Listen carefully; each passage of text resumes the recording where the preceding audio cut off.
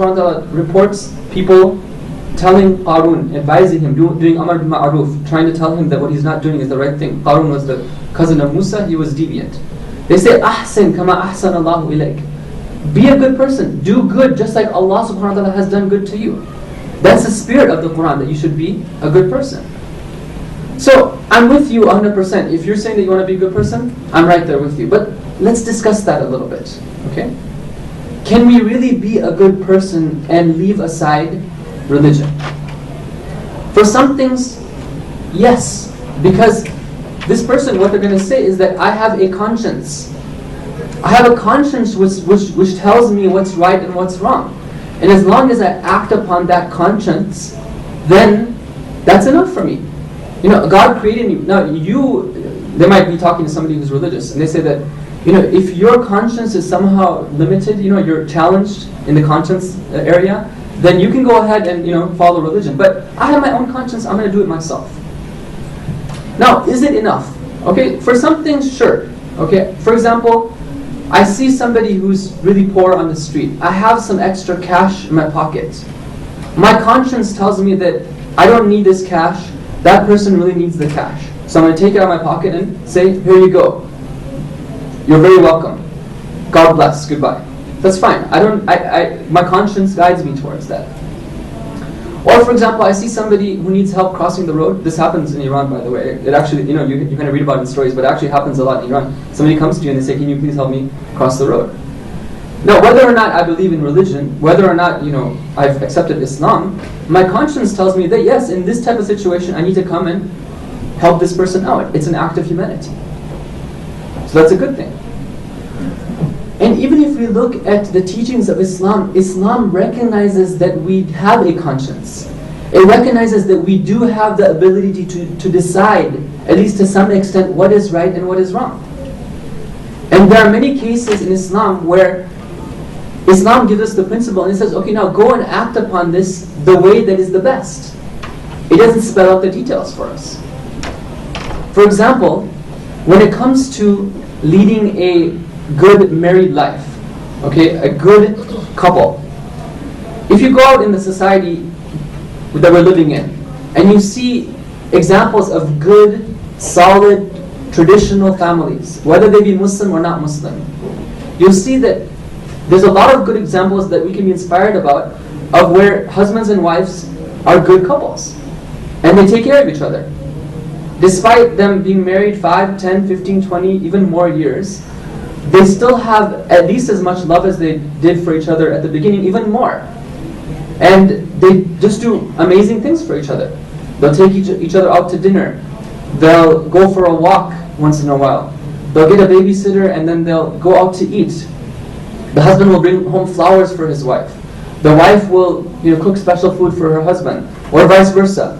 Once in a while the husband will come home from work, for example, and he'll help out cooking. Right? He'll give her gifts.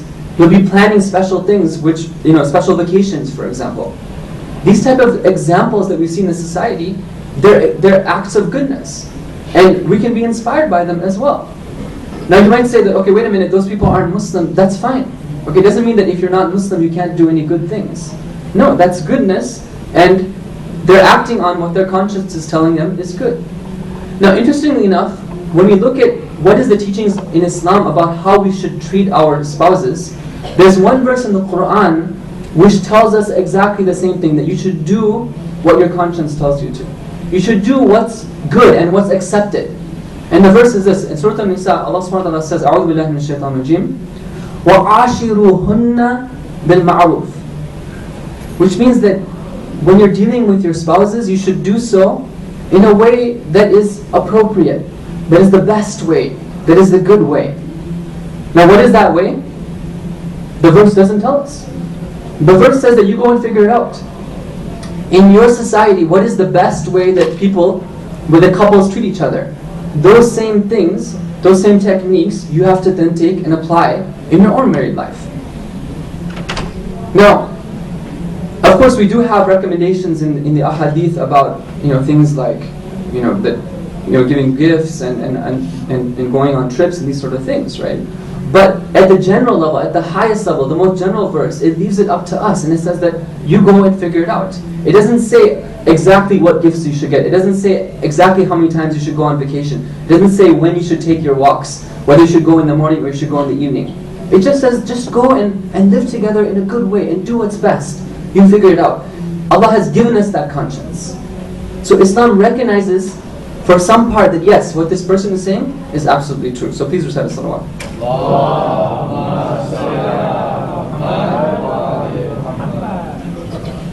Now, what we're doing is we're responding to this person who says that I just want to be a good person.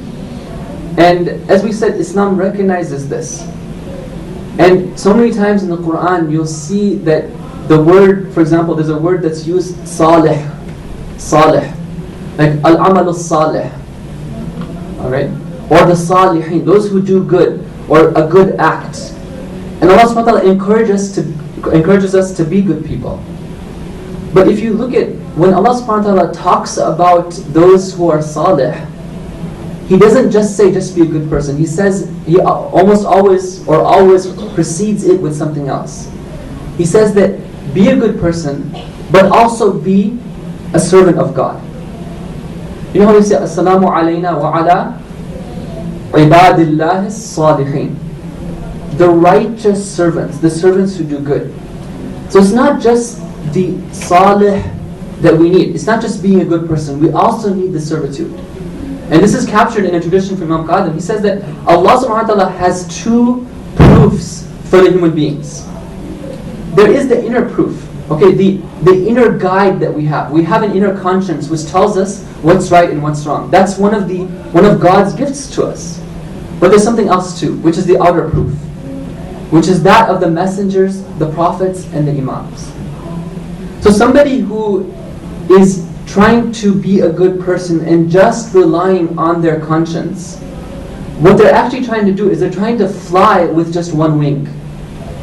They're forgetting that Allah subhanahu wa ta'ala has given them two wings, and if you want to fly, you have to use both of the wings. Now where does this come up? Where do we need to have something more than our conscience? Let me give you some examples so that we can understand and be motivated to understand why we need to also rely on our servitude, and we also need to turn to Allah subhanahu wa ta'ala. A little while ago I got an email forward where it was about halal meat. And in that forward they had a little cartoon, I don't know if brothers and sisters saw it. In this cartoon they were trying to show, why it is that we have to eat halal meat. And the cartoon just went through different scenes, and basically the conclusion of it was this, that they said that when you slaughter in a halal way, you slaughter in such a way that the blood drains from the body of the animal. And they're saying that, back in those days they didn't realize it, but now they realize that blood has a toxin, like uric acid, I believe. And that toxin is very dangerous for the human body. And so by slaughtering the meat this way, we're able to remove that toxin from the body, and therefore it's safe for us to eat the animals. So therefore the reason why you eat halal meat is so that you don't get poisoned by the uric acid in the blood. So what you have here is you have a law, which is that we have to eat halal meat. And then you have somebody trying to say, what is the reason for why this slaughtering has to be done in this certain way? And that's good, that's fine. Okay, it's good if somebody does that research, they say that, okay, this is the reason that they think why meat has to be eaten this way. But there's a great danger in thinking that way, brothers and sisters. There's a great danger in saying that this is the reason why this meat has to be slaughtered in this way. Because what we're doing is we're just looking at the surface level. Remember what we talked about yesterday, that there is a batin, there's an interior dimension that we do not have access to. And so when we are doing something like slaughtering meat, then it might be the case that there's a medical benefit there. But there's other benefits that perhaps haven't even been told to us. But Allah subhanahu wa ta'ala knows that on the spiritual dimension, what happens when we eat meat that is not halal. And it might go much deeper than the fact that there's toxins in the blood. So, take this concept, now apply it to something like alcohol. Remember, we're going to rely on our conscience. We're saying we want to be a good person. Now, is it good for me to drink alcohol or not good for me to drink alcohol? as you know, like if you follow the news, like there was some time that they used to recommend, like back when, back in the days, they used to recommend that